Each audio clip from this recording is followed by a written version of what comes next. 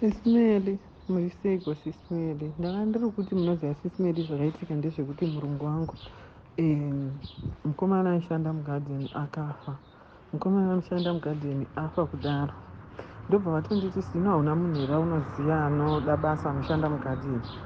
Ini bva ndatoona uri opportunity mukana wangu wakandinakira because ndaiva nehanzvadzi, mwana wasekuru wangu, hanzvadzi yamai vangu anga asingashandi. Aishanda kusteel company, saka steel company yakakolapsawo nenyaya yemaload shedding aiitika. Saka akanga akuita zvezvekuti akadedzwa nhasi mangwana anoenda mangwana haaende chichichi. Saka zvezvekuti takanga takutopota tichongomubatsira ndisine mari yechikafu. Saka vandatoona uri mukana zveshuwa bva atouya, akauya iriwo neSaturday, bva ataura nemurungu, bva vawirirana zvokuti akabva atotanga kushanda musi iwoyo nekuti pamba pacho pakanga paine tsvina. Bva ashanda zveshuwa, akashandawo zvakavafadza. Bva atotanga kuuyawo basa, vakamuta anopota achiuya Monday neFriday. Ndobva saka akashanda Saturday, Monday iye ndobva atouya bva ashanda. Friday bva auya futi akashanda. Ndozvazvatongopa achitongoshanda. Ende inini wacho ndakatogara ndakatongomuudza, ndobva ndichitomuti sekuru, kushanda kwamuri kuita panapa varungu wangu muchatobva pano kana maakutoda, because haiwa handidi kunyeba sisimeli, vanga vari vanhu vanga vari right kwandiri, handidi hangu kuvarevera nhema ipapo. Saka sekuru wangu vachitoshanda, ndakabva ndangozvipa mutemo because akanga aripo wacho nyakufa aipota achipinda mumba kana achida kuita aiti kana aine zvaari kuda kuita, kana kubika tii kana kuita sei, aipota achiita sei, achingozviitira ega mumba muyo. Saka uyu sekuru wangu ndakabva ndatongotaura ndikati inini ndinopota ndichiita sei, ndichivabikira kana kuti vanongoenda kurumu kwangu, because ini ndine rumu yangu, handine rumu yangu ipapo. Saka sekuru zveshuwa vaitongoenda rumu kwangu, ndotovaisira shuga, chingwa nei, vobika tii yavo vonwa. That was our routine. Ndozvataitongoita. Havana kana mose sisimeli ndinokupikirai chokwadi kudai, not even a single day sekuru ravakaita step ini mumba mevarungu havatomuzive kuti mumba imomo makaita sei. Saka sekuru adaro zvakaitika mumwe musi murungu pane paakaenda kuhunting, I think muna was it March April, murungu akaenda kuhunting. Aenda kuhunting uye adzoka, it was akaenda one Friday akadzoka one Monday. Adzoka Monday iyaya sekuru wangu varipo kaizwa rawo rekushanda iri. Adzoka Monday iyaya inonzi mota yemurungu akadzoka ine dust risingaiti. Saka sekuru vakakurumidzawo kushanda bhozi gadheni ravo idiki zvokuti, saka vakapedza like early zvekuma around 1. Ndobva watonditi unoziya muzukuru, ndakasira kupedza basa. Zvino murungu ndikaenda mukumba nguva ino haazoti ndadheerera here kuti ndinokurumidza kupedza ndikaenda nguva ino. Vanakoti sekuru, zvimwe nyara iwo nepaane nguva isamwe tinochaisawo nekuma6 madi kumugezerawo mota yake ine dhasti iri rekuabva kusango. Hanzi rega ndimuudze, handidi kuzoita zvaasingaziye, plus andipe zvekuklinisa zvacho. Zveshuwa sekuru bva watotaura akatoappreciate, akati I really appreciate chichi, because anga aripo akanga asingambozviito hake. Sekuru ndobva watogeza mota, vapedza ndobva murungu atouya bva atora mota yake bva atoimboipaka mukati bva azobuda kuenda kumashops. Zvadaro pakapera tatopedza nguva. And in fact ndingangoti kuti ndizoziya kuti ari kutaura zvekuti pakabiwa, it was only Sunday. Saka inini ndagara sisimeli handimunoziva zvedu zvekutamba maraundi izvi, tinotamba maraundi. Saka maraundi atinotamba ndei5000, ndinotamba inini namainini wangu nahedresa wedu anotiruka. Mumwe wacho anozikanwa nahedresa uyu, inini handimuzive, saka isusu hatimuzive namainini. Saka musikana uya akaita sei, saka 10 yanga iri yangu. Saka nenyaya yekuti varungu vangu muna August vada kuenda kuItaly, ndichibva ndatovakumbira ndikati tagara ndozvandinongoita. Vanatoti ndikukumbirawo murungu mukadzi unditengerawo madollars pauchatenga madollars enyu ekuenda, because akanga atonditi, akanga ataura ndiye kuti ndizoziva kuti I need to buy dollars chichichi. Vanatoti do you mind ukanditengerawo 3000, kana wanditengera then ini ndopota ndichikubhadhara mbijana kusvika ndapedza. Zvikanzi alright. Zveshuwa madollars akatengwa, akauya akadhirivharwa kumba, ndini nyakutomapiwa nemukomana akamadhirivhara wacho akauya nawo. Ndapiwa, ndakamachengeta, pandakamachengeta kusvikira nawo varungu vauya ndakavapa vakarongedza mari yavo. So this month, mwedzi uwoyo wapfuura, yanga iri 10 yangu yekupiwa mari yeraundi ye. Ndakapiwa mari yangu ikabuda kuita 20,000 ndaisa yangu 20,000 yebva ndazvidza ndikati rega ndichinobhadhara chikwerete chemurungu, because murungu akanga atondivekera akati mari yako yaita 56,000 something yaakashandisa kutenga 3,000 USD yayi. Vandamutooright, vandatomupa 20, ndikati ndakukupa 20 iyi ndeyangu yemastokville, and anotozviziva zvezvekuti munhu wekutoti mwedzi waiti kana wakapera aitondibvunza kuti zvino ndiri kukubhadhara sei mwedzi uno, ndiri kuisa kustokville kwani kana kuti iri kuya kwauri yese. Ndotomudza kuti ita so. Saka ipapo ndakanga ndatomudza ndikati mari iyi yanga iri 10 yangu yestokville, saka ndiri kukubhadhara. Saka next month sezvo ini ndine ndisisazokwanise kuraiza kukupa 5, ndine ndakungokupawo kana kuti 2,000 kana 1,000, depends nezvandine ndichida kuitawo. Akati it's fine. Zveshomba ndamupa 20 iyaye. Ndamupa 20 yacho ndakamupa last week sisimeli musi weTuesday. Apa sekuru wangu wanga wabvapo Monday. Ndo pandiri musi weSunday ndauda kutoenda kuchechi. Ndanzwa mukadzi achiti murume wangu ari kushaya, because pandakamutambidza mari ye ndakamupa on last week Wednesday. Pandakamutambidza mari ye akabva aitambidzani murume wake, zvikanzi ndirongedzerewo mari iyi. Semba maoma ndisingaziye, murume akanorongedza mari, kuti pavanorongedza mari murume arongedza mari iyaya. Musi weSunday ndakuda kuenda kuchechi inini, ndobva ndatoenda zvezvekuti murungu wangu mukadzi munhu wekuti chero ndaida chinhu sisimeli ndakandatoenda ndichiti ndida kumukumbira brush, ndaida kukama kamwe kabhobhu wigi kangu kandinako keBrazilian. Saka ndaida brush rake rekuti ndinonyatsozvikela so kumashure kumasaidhi kuti inyatsoita kabhobhu. Ndobva ndatomuona akamira panze neshamwari yake, pandatoti boss lady can you borrow me brush rako so zvikanzi ripi racho. Bva ndataura, but munoziva sisimeli munhu wako unenge uchimuziva, so I could see those days mheno zvinhu zvaingoitika so pamba ipapo unyatsoona kuti vanhu ava mheno kakungochinja kavaita. Ndobva musi weSunday wacho bva nditi enda dedza mwana wangu, kureva kamwana kako kamusikana. Mwana iye akazvarwa sanhasi sisimeli, ndakatanga basa sanhasi, mwana achizvarwa like kuswera mangwana. Apa izvine auda kutena 10 years mwana iyeye. Vandanze ndonomudedza akupendi yebrush, because baba vake vari busy kutsvaga mari iyeye wakandipa yeye iri kushayikwa mumba. Ndikati ko yakaenda kupi? Zvikanzi handisi kuziva sino. Ndobva ndati kana kungoti murume wako agara munhu iye wekuti sisimeli agara zvokuti chero mumba anogona, ndakambopinda chando anditi andashaya chikwama changu. Sisimeli munoziva kana uchishanda mumba wakuudzwa kunzi ndashaya chikwama, unonzwa sei uriwe mumba? Chikwama hachifambe chegaka. Munoziva kuti ndakachitsvaga neshungu nemisodzi chierera sisimeli, kusvika ndakaenda kwaari ndikati bossman what were you wearing nezuro? Zvakangoyo mupfungwa mangu. Zvikanzi ndakapfeka shoti rekaki so. Pakunotora shoti rekaki riye nyambisirwa chikwama changa chirimo, apeta shoti riye chikwama chirimo, apeta arongedza muwardrobe. Ndikati chikwama chako ichi ndoma chachiri. Zvikanzi unoziva kuti pawatongondibvunza kuti ndandakapfeke zvabva zvakilika mumusoro mangu kuti zveshuwa shoti ndine ndakasiya chikwama mushotimo. Ndobva tanyarara. Ndobva saka ini ndakabva ndatomudza ndikati munoziva kuti kana pachitaurwa zvekushayikwa ndikutaura kwekushayikwa mari of which ndinoshanda mumba. No, don't worry sino, iwewe go to church. Anoziva paakaisa, ndofunga akanganwa chete, achaiwana ari kutsvaga. Ndikati fine. Ndanditori nemwana wehanzvadzi yamwene wangu, pandatomuudzawo ndobva atonditi makoti don't worry, usazvistrese iwewe, vachaiwana. Vatapfuura ndichitora mainini wangu pavanogara kuenda kuchechi. Mainini vandatovaudza, mainini vakati sino, why is it uri kuzvistresa iwewe? Varungu vako vagara ndozvavanongoita wani kuti vashaya chinyasoso chiwana. Ndikati munongoziva kuti nekuti unoshanda mumba, how do you feel uchinzwa zvichinzi pashayikwa mari? Zveshuwa taenda kuchechi tanamata. Saka data rangu ranga riri off. Soon after chechi ichipera bva ndaita data rangu on. Ndopa ndiri kuona mameseji emurungu mukadzi ari kuisa mameseji, sino please come back home from church, ma$US aye futi tiri kumashaya, plus neringi yangu inodhura. Saka tiri kususpecta kuti Lameki akaba mari iyo. Lameki manje ndio sekuru wangu ayo. Lameki akaba mari iyoyo musi watakakutuma kuPretoria kunopika zvimasculptures, zviripo zvimwe zvimasculptures zvavo zvandaida unopika kuPretoria. Ndakatonozvidropa, saka zvanzi zvapera kugadzirwa. Zvikanzi tiri kususpecta kuti ndopa akaba mari iyoyo. Saka please come back home, we need his address so that murungu aende nemapurisa kunomusunga.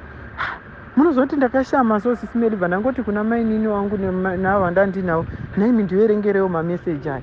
Bva vaverenga mameseji aya. Ndakatongomatora screenshot mameseji aya kuti in case angazomati delete for everyone. just for my proof sisimeli because manyorero akaita I didn't sound good kwandiri.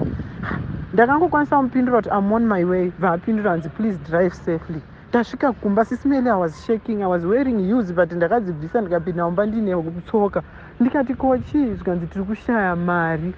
Mari iyi iri kushayikwa so akataura zvakataura vese vari 2. Ndikati yakabiwa nani? Lameki akapinda nepai? Ndikati no, fair and fine guys, panapa pane makamera, tarisai makamera yenyu on Friday kuti did Lameki ever stepped into this house. Zvikanzi hey, it takes time kuenda kumakamera, you know it's not easy kungoenda hazvisi zvekuti unongobaya wobva watorakidzwa. Ndikati no, but because we need the proof yekuti Lameki akapinda mumba. Zvikanzi okay, kana saka asiri Lameki ndiani? Ndikati saka muri kuti ndini? Ndikati ndakaiba ndikaendesepi? Ndikati then it's fine, hazvinetse, imimi chiendai kumapurisa munoripota, touya totorwa mafingerprints both me inini naLameki tionekwe here kuti takapabata panapa. Vese vakutanga kuti no, iwewe sina hube, you are innocent, makore ese auchitishandira hatina chinhu chatakamboshamba medu mumba munomu, you are so innocent and we believe you so. Saka isusu zvatakuita Lameki tako ivo manje havana vakangonzwa ndichiti Lameki hama yangu, they didn't know exactly relationship yangu naLameki kuti yanga yakamira sei. Ndobva vati takutodedza mapurisa mangwana, usatombomuudza, don't inform him. Mangwana mapurisa iye achingosvika pano mapurisa tobva tayafonera auya asungwe pano. Sisimeli munoziva kuti it was not easy for me on Monday. I was crying sisimeli ndichiona sekuru wangu vachipinda pageti. So vakapinda pageti vatouya kubasa bhosi vakabva vati pamwe hatomboye kubasa. Ini nekuziva kuti munhu wangu haana kuba obvious kubasa anouya anoregere kuya. Akauya kubasa sisimeli akapinda akachinja. Apa Monday kwaitonhora sei ndomusi wekunaya snow akatanga kushanda sisimeli ndaimuona nepahwindo. Sisimeli ndaichema ndichifunga ndichinzwa murungu achifonera mapurisa kuti apa nomukomana uye. Murungu akaenda kwaari akati ndokumbirawo remote yako, pane zvandoda kugadzirisa. Nyambisirwa aitora remote yekuti pamwe anofunga kuti anotiza. Atorerwa remote iyaya iye haana kuziva baba wangu iwe. Mapurisa akauya akamutora akaenda naye paRunback. Vakasvika vakamubvunza vakamusecha vakanzi because murungu anzi akabva ati KSF anotori naye paanenge ari ndofunga anotofamba naye. Mapurisa vakamusecha havana chavakaona, vakamubvunzawo akataura zvaakataura. Vega mva watoona kuti panapa panenge pasina nyaya, vakazomuririsa musi weTuesday. Saka iye kutaura kwake ari kuti mapurisa vakazoti vaikoko imi but guys vega vakubvunzana mapurisa aye ko sei pamba apa isusu taenda pane makamera, sei angotipa bepa rine chipepa chine foto yemukomana uyu nefoto yesefa yake, ko sei asina kutipa foto ye like footage inoratidza kupinda nekubuda kwaakaita mumba. Ndobva hanzi vakungobvunzana wega. Hanzi sekuru wangu ndikatoti even kana kuti vaende vanondisecha kumba kwangu ngavauye tiendi vaite sei, vanosecha kumba kwangu munoona kuti munowana mari here. Zveshuwa hapana zvakaita sei. Mapurisa bvaona kuti hapana kana nyaya apa, vakati sha iwe buda uende, bvamubudisa musi weTuesday. Hanzi mapurisa futi vakamubvunza murungu vakati ko iwewe sei uri kurambira musikana anoshanda umba kuti timbomukweshenawo tingobvunza sinzi ari anoshanda umba. Hanzi akaramba akati no, she is innocent, don't ever stress yourself about her, this one is innocent and musazvinetse henyu, uyu ndiye munhu wandiri kufungira. Saka sisimeli handisi kutonzwisisa kuti why varungu vangu vakaita so, as if they were just trying to get rid of me kuti ndibve pabasa pavo, kana kuti vanga vasisa ndide vashaya nzira yekundidzinga nayo. Handina chandakavatadzira, handina chipomerwa chekuti vakandipomere. Ndofunga vakangoona wei iri iyoyo. Ndopa vakabva Lameki uya ariliswa musi weTuesday. Saka musi weTuesday mukadzi achitoblowa bvudzi rake zvekuenda kubasa, ndichitowaridza mubhedha wavo. Ndobva andibvunza zvikanzi naisi ino how are you related naLameki? Ndikati Lameki mwana wehanzvadzi yamai vangu chaiyo, first born imba namai vangu. Ini ndinoshandisa surname yavo because baba vangu inini handitovazive, as you know, I'm sure you know my history, I told you. Saka ndinoshandisa surname yavo, mwana wehanzvadzi yamai vangu. Ndopa akabva ati aho zvikanzi I'm sure mapurisa vachatomurelisa because hapana evidence yakaonekwa kuti ndiye akaba mari, saka I think vachatomurelisa. Ndobva ndati but ko inini ndakainsista kuti zita rangu richenewo kwamuri, ndiite sei, nditorwe mafingerprints muone kuti handina kuba mari. Zvikanzi sino, this is not necessary man, no man, isi handisi kumbofunga kuti wakaba mari, hauna kuba mari sino, tinokuziva wani, chagara newe panapa. Kadhi ravo chairo sisimeli ndaigara nekadhi ravo rekuti ndaiita magroceries pamba, ndaitenga zvese, handaiudzirwa kuti mumba chakati chapera, ndaitongozvizira ndega kuti mumba ndiri kutenga chakati. Zvikanzi sino tinokutrasta, vakataura ini ndikavavimba. musi wetuesday wacho musi weWednesday makuseni mukadzi ndobva anditi, murume ndobva anditi sino pane veinsurance vachauya, saka tinoda kunzwa kuti vanokwanisa here kuti hatisi kuziva kuti vachati chii veinsurance vacho. Nyambisirwa it was a lie, vanga vasiri veinsurance, vanga vari vaive inonzi polygraph test ndobva munhu iyoyo yauya asvika, ndakaitwa test sismeli. Mibvunzo yandaibvunzwa inga ingori yekuti, and I think anga akatoudzwa zvekubvunzwa pamibvunzo iyoyoka. Ndine zvandakaridha zvandakaona, looks like murungu wangu, murume anga asingafarire kuuya kwemurume wangu pamba, because murume wangu ine anoshandira Zimbabwe, but ndakatovakumbira ngati anopota achiuya ende auye pese sismeli, ndini ndinotowanzoenda kumba. Saka ipapapa passport yake yanga yakaexpire, anga atotora nguva asina kuuya, saka pakangobuda passport yake akabva kuita off kubasa ye1 week, ndobva atoti ndiri kuuya ikoko. Ndobva ndatovaudza, ende handite visit yandisingavaudze sismeli. Ndobva ndatovaudza ndikati murume wangu is it fine if he visit? Ndikanzi of course, why not. Akauya zveshu, akauya on a Friday sismeli, akasvika Saturday, Sunday, Monday, akauya yake nebhazi, Monday, Tuesday achidzokera. Mibvunzo yandabvunzwa, your husband was here 3 weeks ago, is it true or false? Ndoti true. Zvikanzi une vana vatatu, sismeli. Mibvunzo yacho yandaibvunzwa, so une here chekuita nekubiwa kwakaitwa mari? No. Une here chawakabhenefita pamari yakabiwa pano? No. Mota, because ndaishandisa mota yepabasa, ende ivo ndonya kutonditi chero uchida kuishandisa yo personal use unofanira kungotiudza zveshuwa. Akatondibvunza zvikanzi, mota iyi inoshanda panapa pabasa ndeyako here kana ndeyavo? Ndikati ndeyavo. Zvikanzi saka iwe paunoishandisa yo personal use, do you ask them or unongoere kana wapinda mumota waenda? Ndikati ndinovakumbira, ende normally I do my personal stuff on Saturdays. Every Sundays ndinoenda kuchechi, and they know that. Ende chero ndichitoenda kuchechi kwacho ndinotovaudza futi kuti I'm going to church, and they know. Chero vakabuda vanotoziva kuti mota yabuda sinaenda kuchechi, but still vanotoona message yandienda vasendera kuti ndabuda ndaenda kuchechi. Zvikanzi okay, so do you do like your personal stuff uine mwana mumota? Ndikati no. Mwana kana ndichitomira ndichiita mastops ekubva kuchikoro ndinaye, anenge atoti aine chaari kuda mushopu, ndopandomira ndomutengera. Sismeli achingoenda mukadzi uye ndakudedzwa nemurume, zvikanzi mukadzi uyu ati hanzi you fail everything, saka you can't work here anymore, you are fired, what. Sismeli ndakachema, ndakaita kunge ndiri kurota, so ndikati it's okay. Ndakabuda, murume anga atori nepfuti ipapo, anga aine pfuti, akanga akabata pfuti, akapedzisira azoipfekera apa patrauzi pake kumashure uko. Akabva anditorera nemakii nerimoti, ndofunga zvakanzi ndingavhurire mbavha kana ndingavhurira namheno. Ndakabuda sismeli, 20,000 yangu iye havana kundipa, ende zvinezvi chaakundishamisa kuhama dzavo neshamwari dzavo dzese, vasikana vanoshanda kudzimba dzeshamwari dzake, vari kundiudza kuti vari kuti sina akangodhisaidha ega kuti akuenda kumusha. Hatisi kutoziva kuti chii chakaitika naye, havasi kutaura chokwadi nyaya yakaitika. Ndosaka ndakauya kuinbox kwenyu sismeli, ndichiti sismeli, saka pane mumwe wamusikana akazondudza akati no, the best way enda kusisiwa CCMA. Saka ndizvozvi ndokwandiri kutogadzira sismeli kuti ndibude ndiende, ndokwandava kutoenda ndononzwa kuti vanonditi chii, because it was unfair dismissal sismeli. Kumari yangu 20,000 yangu yandakavapa, and this thing was played mumba mave imomo. Handibe sismeli, handibe mari yavo handina kuitora, ende munhu angakinure musefa anokinura musefa mawachi achiwana hanzi naivo manje kuzotaura kwakaita kwandiri musi weSunday. Hanzi murume wangu ari kuti akashaya makii yake esefa musi wakaklina lameki motikari, akazozvidiscover after 2 weeks. Ndikati alright, pamakazvidiscover after 2 weeks makadii kundiudza kana kumudzinga basa, and after all imimi makanyararirei kana kumuendesa mumapurisa, knowing kuti kii dzenyu dzabiwa, ikii dzinogara zvinhu zvenyu zvakakosha, but you did nothing about it, only makundiudza nhasi nekuti makuti mari yenyu yabiwa. Zvikanzi takangofungidzira kuti hazvina basa. Ndikati manje handimukuona kuti manje ezvino zvaane basa. Ndikati chindiendesa kumapurisa, vakaramba sismeli kuti ndiendeswe kumapurisa. Even mupurisa wacho akaita nyaya yasekuru wangu, ari kutotaurawo neni, so akati vanhu ava vakazvibira vega mari yavo. Ndosaka kana neni ndakatomubvunzawo paakauya unoripota kuti iwe nemukadzi wako hapana here akaba mari.